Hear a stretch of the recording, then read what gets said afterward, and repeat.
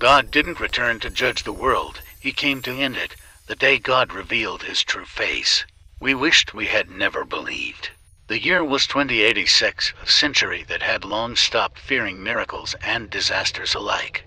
Humanity had conquered the skies, mined asteroids, and placed colonies on Mars. Science was the new god, and faith was a quaint relic for the old and the stubborn.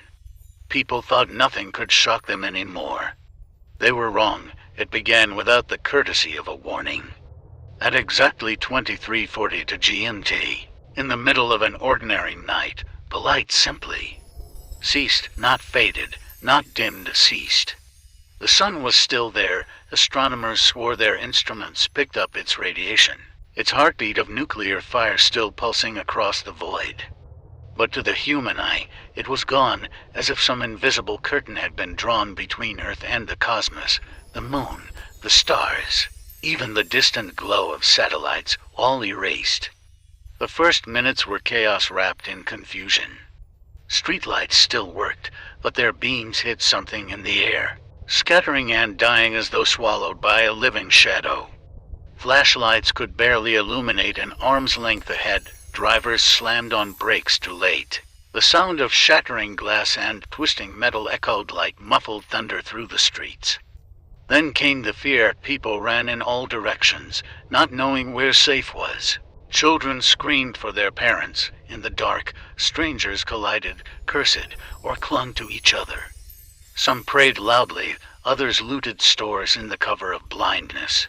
Gunshots cracked somewhere in the black, no one knew where, or at whom. Inside news studios, anchors read reports with trembling voices. Scientists speculated about a sudden planetary shroud, a layer of exotic particles blocking visible light. Military leaders spoke of potential foreign sabotage. Religious leaders whispered the words and times with hesitation, as though saying them aloud might make them true. But the strangeness went deeper. Thermal cameras failed. Infrared scans returned nothing but noise. The darkness was not merely an absence of light. It seemed to devour every wavelength, every attempt to see. Satellites trying to image the Earth returned pictures of a perfect, featureless void. By the second day, panic became something heavier. People began noticing things. Shapes in the black that didn't vanish when lights passed over them. The faint sound of movement, slow, deliberate, somewhere above the cities, though the skies were empty. And that was when the whispers began, not in one place, but everywhere at once. A rumor traveling faster than any broadcast. This isn't science. This is a message, no one knew from whom. No one wanted to. By the third day of the eternal night, the world teetered on the edge of madness. Governments had fallen into paralysis. Military forces patrolled empty streets, but without visibility. Their presence was more frightening than protective. Markets collapsed, communications networks stuttered. Entire cities were plunged into silent terror, punctuated only by screams, gunshots, and the occasional wail of ambulances lost in the black. Then, as if the darkness itself had chosen a messenger, a figure appeared. It began on the global news networks. A man, ragged and gaunt, emerged from the shadows of Jerusalem. His clothing was simple, a threadbare robe, dirt-stained sandals, yet there was something magnetic, almost hypnotic, about the way he carried himself. His eyes glowed faintly, not with light, but with an intensity that burned through the screens. "I am Elias," he said, his voice calm yet commanding, "and I am the one you have called God." The world froze. For hours, disbelief battled curiosity. News anchors stammered. Scientists demanded proof. Religious leaders either denounced him as a charlatan or fell to their knees. Yet Elias spoke again, and this time, no one could ignore him. "The sun has vanished from your sight because humanity has broken the original covenant. You have strayed from the path I set at the dawn of creation. And now, you must face the consequences." People laughed at first. Surely, the darkness was a freak atmospheric event, a cosmic anomaly, not divine punishment. But Elias did not wait for debate. He lifted his hand. From the very air above him, A single shaft of light pierced the darkness, small at first, then widening, illuminating only the man himself. It was neither artificial nor natural. Cameras captured it, but when satellites tried to measure it, their instruments failed where the light touched. By the 5th day of eternal darkness, humanity was on the brink. Panic had metastasized into chaos. Looting was rampant, governments teetered, and entire populations huddled in fear, praying for salvation that would not come. Elias appeared again, this time on every screen worldwide simultaneously. His calm, unwavering presence filled living rooms, city squares, and broadcast towers alike, and then he spoke the words that would shape the fate of the world. You have failed me. You have allowed greed, violence, and hatred to dominate your hearts. You have strayed far from the original covenant.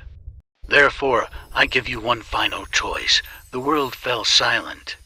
Even in darkness, every soul felt the weight of his words. He raised his arms, and the light surrounding him grew stronger, illuminating his figure like a living beacon against the void.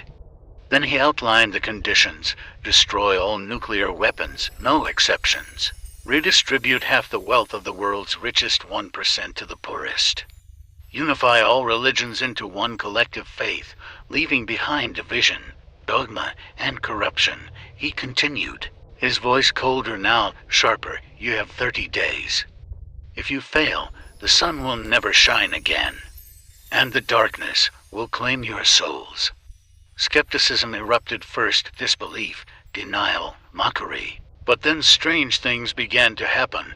Those who spoke against him reported seeing shadows move independently, whispers echoing in empty streets, and, most terrifyingly, the sense of being watched by something vast and unseen. By the end of his message, the world understood. This was no hoax, no anomaly. This was divine judgment, delivered not through fire, but through fear, cold, and the absolute absence of light. And for the first time, humanity realized that survival would require obedience, unity, and sacrifice, or the complete annihilation of everything they had ever known. As the days ticked by, fear transformed into desperation. World leaders convened in secret, military generals gathered in underground bunkers, and the richest tycoons summoned their private armies. They refused to kneel, they refused to obey. A covert coalition of nations and corporations formed, code-named Project Dawn, tasked with neutralizing Elias at all costs. Satellites were repurposed, stealth drones launched, and experimental weapons tested in the dead of night, but every attempt failed. Elias moved unpredictably, appearing and disappearing as if the darkness itself obeyed him. Missile strikes fizzled midair, bullets passed through him like smoke. Even the most advanced AI-driven attack systems reported nothing but static and interference. Meanwhile, across the globe, civilians whispered of strange phenomena.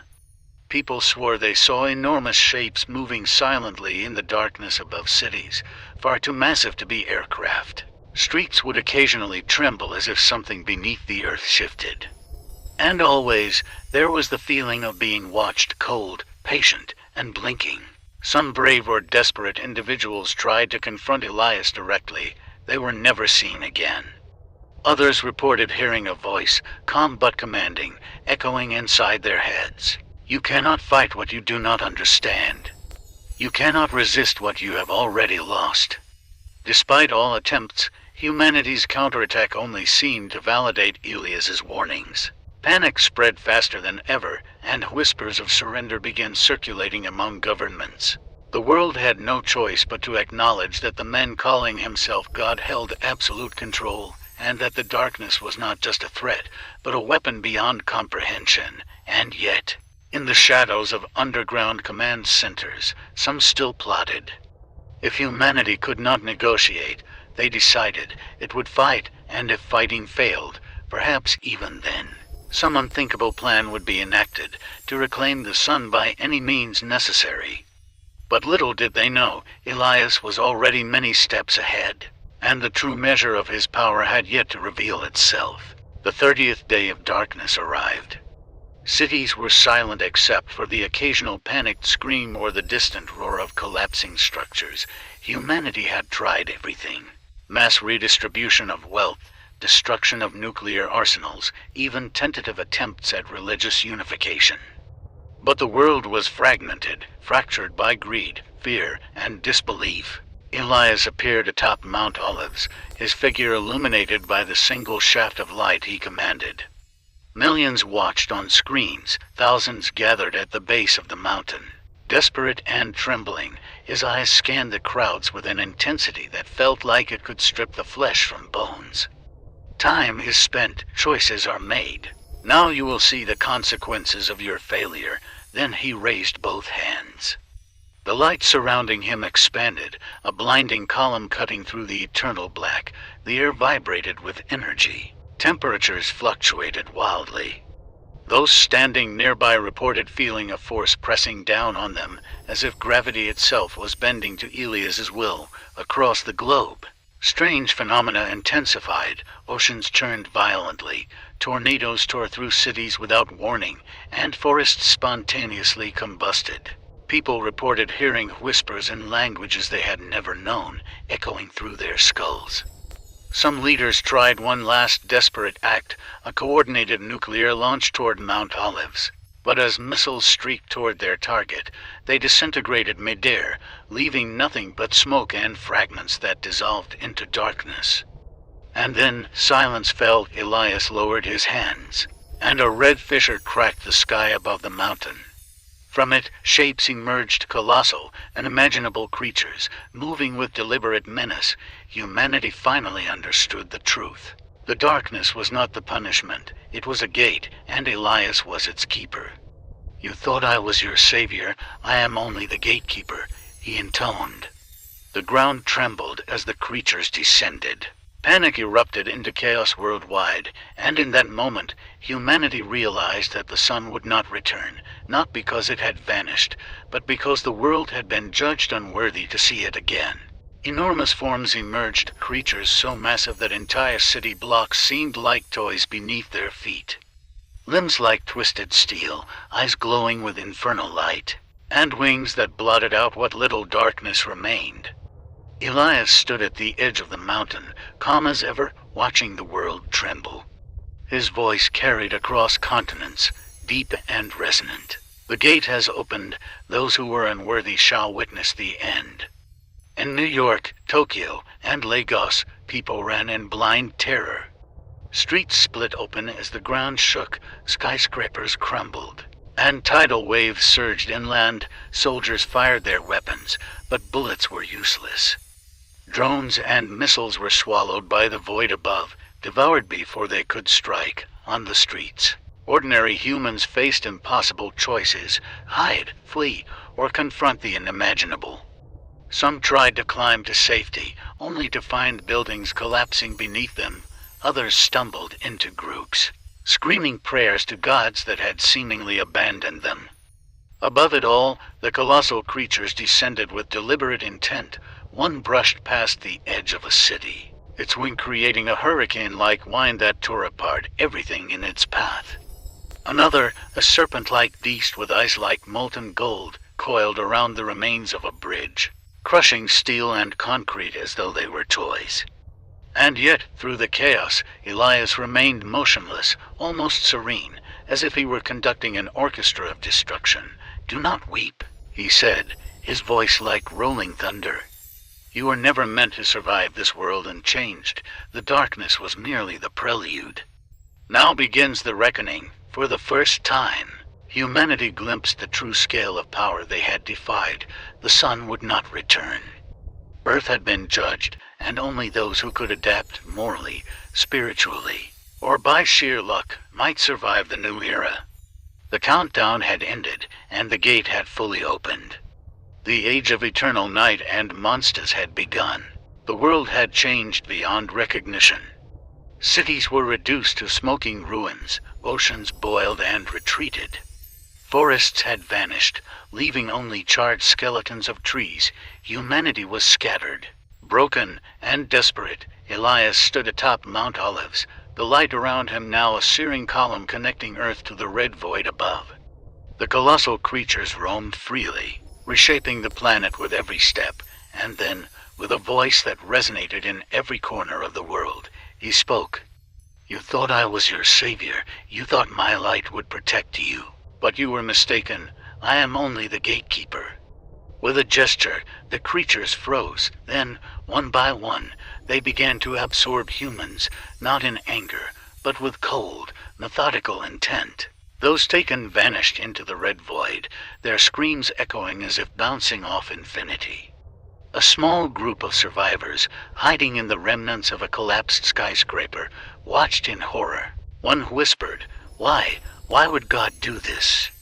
Elias's gaze fell upon them. His eyes were neither kind nor cruel. They were infinite. "Because the world you built was unworthy. Your greed, your cruelty, your blind faith in false idols, all of it has led to this. Only through destruction can true balance be restored." Then, the unimaginable happened. Elias lifted his hands, and the void above closed partially, leaving Earth in a perpetual twilight. The creatures retreated, but not without leaving traces, massive craters, rivers of fire, and landscapes forever altered. Humanity survived, but only just. The world had been judged, and its survivors were forever changed. As the survivors emerged from hiding, they realized the shocking truth. The gate had not just released monsters, it had awakened something within humanity itself: fear, unity, resilience. And even glimpses of newfound morality began to flicker like fragile sparks in the endless dusk. Elias disappeared, leaving behind a single message etched into the sky by the faint, lingering light. "Change or perish, the choice is now yours." The sun would never return, but perhaps, in the shadow of the gate and the remnants of monsters, humanity might find a new path, one forged from the ashes of judgment and the shock of what had been unleashed. The age of eternal twilight had begun, creating tidal disruptions that changed coastlines overnight.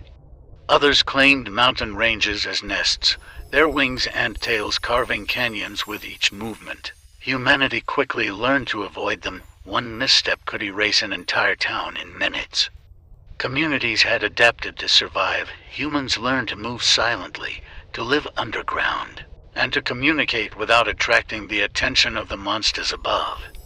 Some daring tribes even tried to study the creatures, hoping to find patterns, weaknesses, or a way to reclaim the light. Elias had vanished, leaving only whispers and the faint glow of the red void in the sky as a reminder of the gate. His message lingered. "Change or perish, the choice is now yours." The survivors began to change. Fear became a tool, unity a necessity, and morality, once ignored, became the currency of survival. Children born after the gate's opening had never seen sunlight. They could navigate in darkness and sense the creatures in ways adults could not, yet not all humans adapted. Some formed cults worshipping the monsters, believing them to be agents of a new divinity. Others tried to weaponize the creatures, only to be obliterated. Humanity's arrogance had not disappeared. It had merely been tempered by the harshest of teachers. In remote valleys, small settlements began to flourish under the shadow of the gate. Scientists, philosophers, and warriors collaborated to develop strategies not just to survive, but perhaps one day to challenge the creatures themselves. Humanity was no longer the dominant species. It was a species learning humility, and in the darkest nights, when the red sky shimmered with the presence of the gate, some whispered, "One day Elias may return, and when he does, will we be ready?" The earth was forever changed. The creatures were the masters of the surface, but humans had learned to endure. The age of monsters had begun, and with it, a new story for the survivors of the gate. The sun never returned, but humanity endured. From the ashes of ruined cities and the shadows of colossal creatures, a new civilization emerged, one shaped by fear, wisdom, and humility. People learned to respect forces far greater than themselves, to cooperate across borders and beliefs, and to treasure life rather than squander it. Elias had vanished. leaving only the gate and its monsters as reminders that power is not meant to be taken lightly. The world had been judged, and the survivors were changed forever. Lesson. True survival is not about dominance or greed, but about adaptation, moral courage, and unity in the face of overwhelming forces. Humanity's greatest challenge was not the monsters themselves, but the arrogance and cruelty that had allowed the darkness to come. Only by facing their own flaws could they hope to endure in the shadow of judgment.